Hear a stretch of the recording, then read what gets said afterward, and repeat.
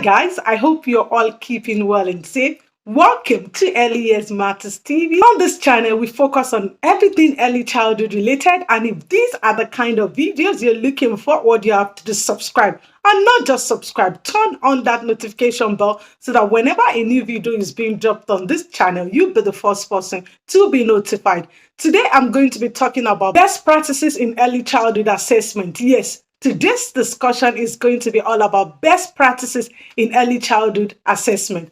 For the last two videos, I've spoke about what assessment in early childhood, importance of assessment in early childhood. So this is a continuation video. So I'm going to be focusing on best practices in early childhood assessment. Yes.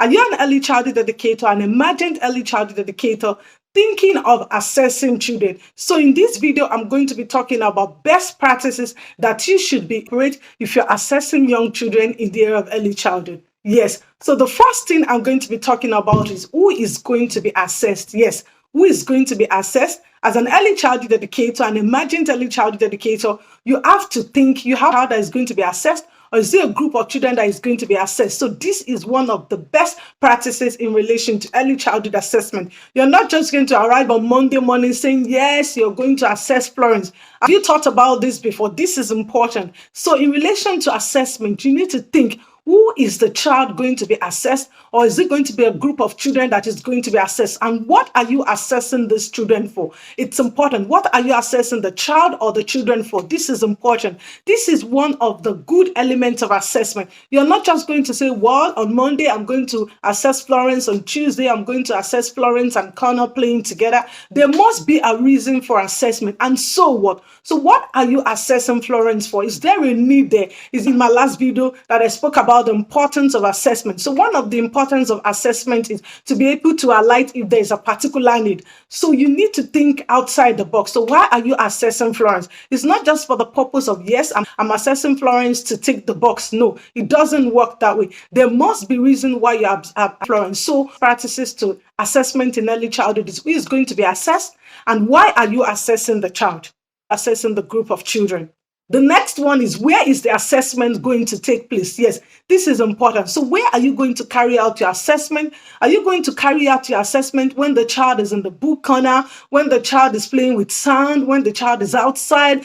Is it during circle time? So you need to have, where is this assessment going to take place? It's not just the child is going to arrive in the morning and there you go, you're assessing the child. No, where is this assessment going to take place? Are you going to assess the child when they're playing with their friends, or you're going to assess the child when the child is playing alone, or you're going to assess the child when the child is engaging in outdoor play, in the playground, sand play, water play? So you need to be able to think, so where is this assessment going to take place? This is also one of the best practices of early childhood assessment. So where am I going to assess the child? Is it immediately when the child arrives in the morning? I'm assessing the child the first 30 minutes that they arrive into the preschool setting. So this is something that you have to think. So where is this assessment going to take place? These are the best practices in relation to early childhood assessment. It's important to think about the types of assessment. So what is the type of observation that you're going to be carrying out? Is it going to be narrative? Are you going to just narrate the day of the child? Are you going to narrate the experiences of the child for the first 30 minutes when they arrive into your setting? This is when a narrative observation comes in. Are you doing an event sampling? Is it observe the child over a course of an event? Is it when they're in sound play or when they're engaging in free play with their friends, make believe play? So this is where event sampling comes into play. Are you going to do a checklist method, or is there something you're looking for, or you're just ticking the box if the child met this checklist? For instance, can the child color? Can the child play? Can the child hold their pencil grip? So this is where a checklist method comes into play. So you need to think about the types of observations. So what types of observation are you going to be using? Is it going to be narrative, event sampling? Is it going to be learning record? Is it going to be checklist? So this is something that you have to think about. Can you see a lot of things have to be taken into consideration in relation to assessment in early childhood? It's not just arriving on Monday, yes, I'm a children, that's it. No, you have to take a lot of things into consideration. So who do you want to assess? Is it a particular child or a group of children? Where is this assessment going to take place? Where the child is playing with their friends in the book corner in the citizen time, and what type of assessment going to do?